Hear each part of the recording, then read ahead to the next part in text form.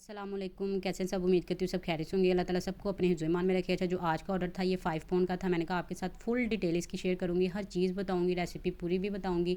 अच्छा, सबसे पहले मैं आपको ये बता दूँ, ये ऑर्डर मेरा नहीं है, आगे जाके आपको बताऊँगी ये ऑर्डर किसका है।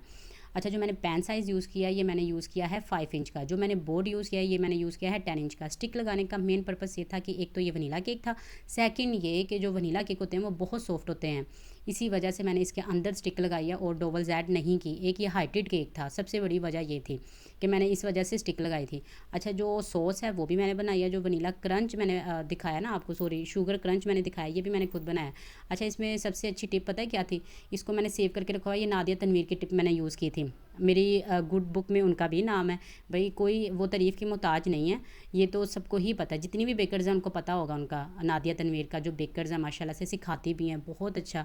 मैं उनसे बहुत इंस्पायर होती हूँ और जब मैं उनसे फ़र्स्ट टाइम मिली ना, यकीन करें मुझे लगा ही नहीं कि मैं इनसे फ़र्स्ट टाइम मिली हूँ। मतलब कि उनका बिहेवियर, उनका बात करने का तरीका और मिलने का बहुत अच्छा है, बहुत ही नाइस है। अल्लाह ताला उनके लिए आसानियाँ पैदा फरमाए।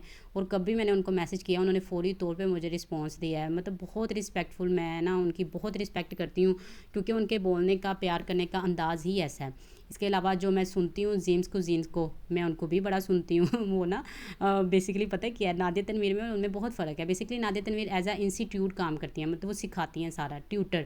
और जो जीन है उनकी सारी बातें मुझे बड़ी अच्छी लगती हैं, लेकिन वो सिखाती नहीं है, लेकिन वो फिर भी अपनी रेसिपी शेयर करती हैं, मैं बहुत अप्रिशिएट करती हूँ। और यकीन करिए ये दोनों पर्सन मुझे बहुत पसंद है, बेकिंग के फील्ड में, सोशल मीडिया की फील्ड में, दोनों मुझे बहुत पसंद है। मैं पर्सनली आपको बता रही हूँ, मैं दोनों की बहुत इज़्ज़त करती हूँ, मैं इनकी वीडियो लाजमी देखती हूँ, चाहे मुझे ज़रूरत हो काम की वो या ना हो। अच्छा, खैर चलते हैं केक की तरफ। इसमें जो मैंने कैरमल सॉस बनाई है ना, उसकी ऑलरेडी मैं रेसिपी शेयर कर चुकी हूँ इस पर, अपने यूट्यूब चैनल पे। उसमें मैंने ये डाला है 200 ग्राम, मैंने उसमें आइसिंग शुगर डाली थी, ठीक है, आइसिंग शुगर नहीं, सॉरी, नॉर्मल शुगर जो हम घर में यूज़ करते हैं।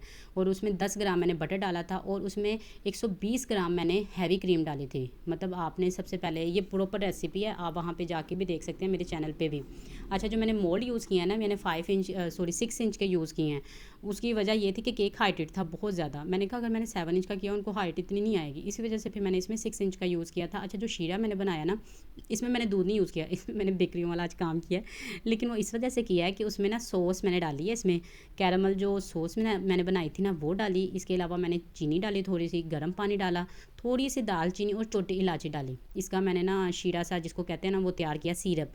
यकीन करें इतना मज़े का इसका भी टेस्ट था। मैंने कहा हाय, मैं पहले भी अपने ऑर्डर में ये करती ना मदीना में, कितना अच्छा लगना था लेकिन खैर मैंने कहा नहीं, अब आगे से मैंने ये बना के अपने पास एक बोतल रख ली, ये ख़राब नहीं होता, आप इसे फ्रिज में रख दो, जब आपको वनीला का ऑर्डर आए आप उसमें यूज़ कर सकती हैं। जो सॉस है वो भी ख़राब नहीं होती। अच्छा, ये जो एक्स्ट्रा मैं काट रही हूँ ना, इसके काटने की वजह पता है क्या, ये बाहर की तरफ निकल रहा था। मैं कहा अगर वनीला में ये बाहर की तरफ निकला ना तो वो बड़ा मसला बन जाएगा। अच्छा, हाइटेड केक को मैनेज करना बड़ा मुश्किल कभी कभार हो जाता है।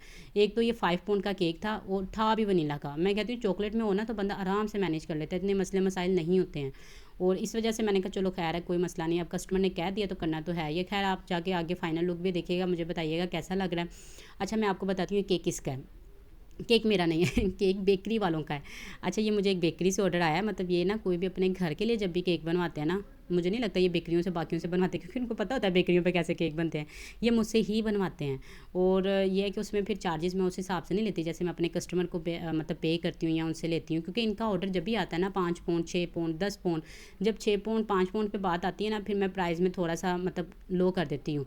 लेकिन अगर 1-1.5 पाउंड पे हो फिर नहीं मैं प्राइस कम करती, चाहे जो मर्ज़ी हो जाए, मुझे जितना मर्ज़ी कस्टमर के, मैं कहती हूँ आप 3 पाउंड का 4 पाउंड का करवा लें, फिर 1 पाउंड में हमें कितना प्रॉफिट हो जाता होगा, मेहनत करके भी 500 प्रॉफिट हो जाता होगा ज़्यादा से ज़्यादा। चलें 500 हो गया, 600 हो गया, मैं आपको एस्टिमेट बता रही हूँ। लेकिन 1 पाउंड पे इतनी मेहनत करके कस्टमाइजेशन करके फिर बंदा बचाता क्या है। इसी वजह से मैं 1 पाउंड में या बेंटो में प्राइस कम नहीं करती, जो फिक्स प्राइस है वो ही रखती हूँ। अच्छा, ये भी मेरा एक ऑर्डर था, ये था बेंटो का। ये ऑलरेडी डिज़ाइन बहुत बार मैं बना चुकी हूँ, इस वजह से मैंने इसकी प्रॉपर डिटेल आपके साथ शेयर नहीं की। ये चॉकलेट फज में था, लेकिन ये कि कस्टमर मेरी ये न्यू थी, लेकिन इनको बड़ा पसंद आया था ये वाला केक ना। और अब ये देखिए बेंटो में इतनी कस्टमाइजेशन करके 1200 बंदा, उसका तो हक होता है भाई। मैं तो इस चीज़ को अंडरस्टैंड करती हूँ, कोई करे ना करे, आपने चीज़ अच्छी देनी है, क्वालिटी की देनी है, पैसे आप अपनी मर्ज़ी से चार्ज करें। और ये इन्होंने कहा था कि जैसा इन्होंने कहा था सेम मैंने एज इट बनाया। इनके रिव्यूज़ भी मुझे बड़े अच्छे मिले। मैंने इंस्टाग्राम पे फौरी तौर पे पोस्ट कर दी, क्योंकि मैंने ऑलरेडी बताया कि मैं भूल जाती हूँ पोस्ट करना। ये बटरफ्लाई मैंने पिंटरेस्ट से निकाली थी और इसे मैंने करवा लिया था प्रिंट आउट, तो उसी से ही मैंने सारी की थी। अच्छा, यहाँ पे आ जाता है मेन काम। जब मैंने यहाँ पे क्रीम लगाई ना, क्रीम को मैंने थोड़ा रखा एक्स्ट्रा विप। जो मैंने अंदर स्पंज में भी लगाई है ना लेयर, वो भी आपने देखा होगा मैंने उसको ना एक्स्ट्रा विप किया है।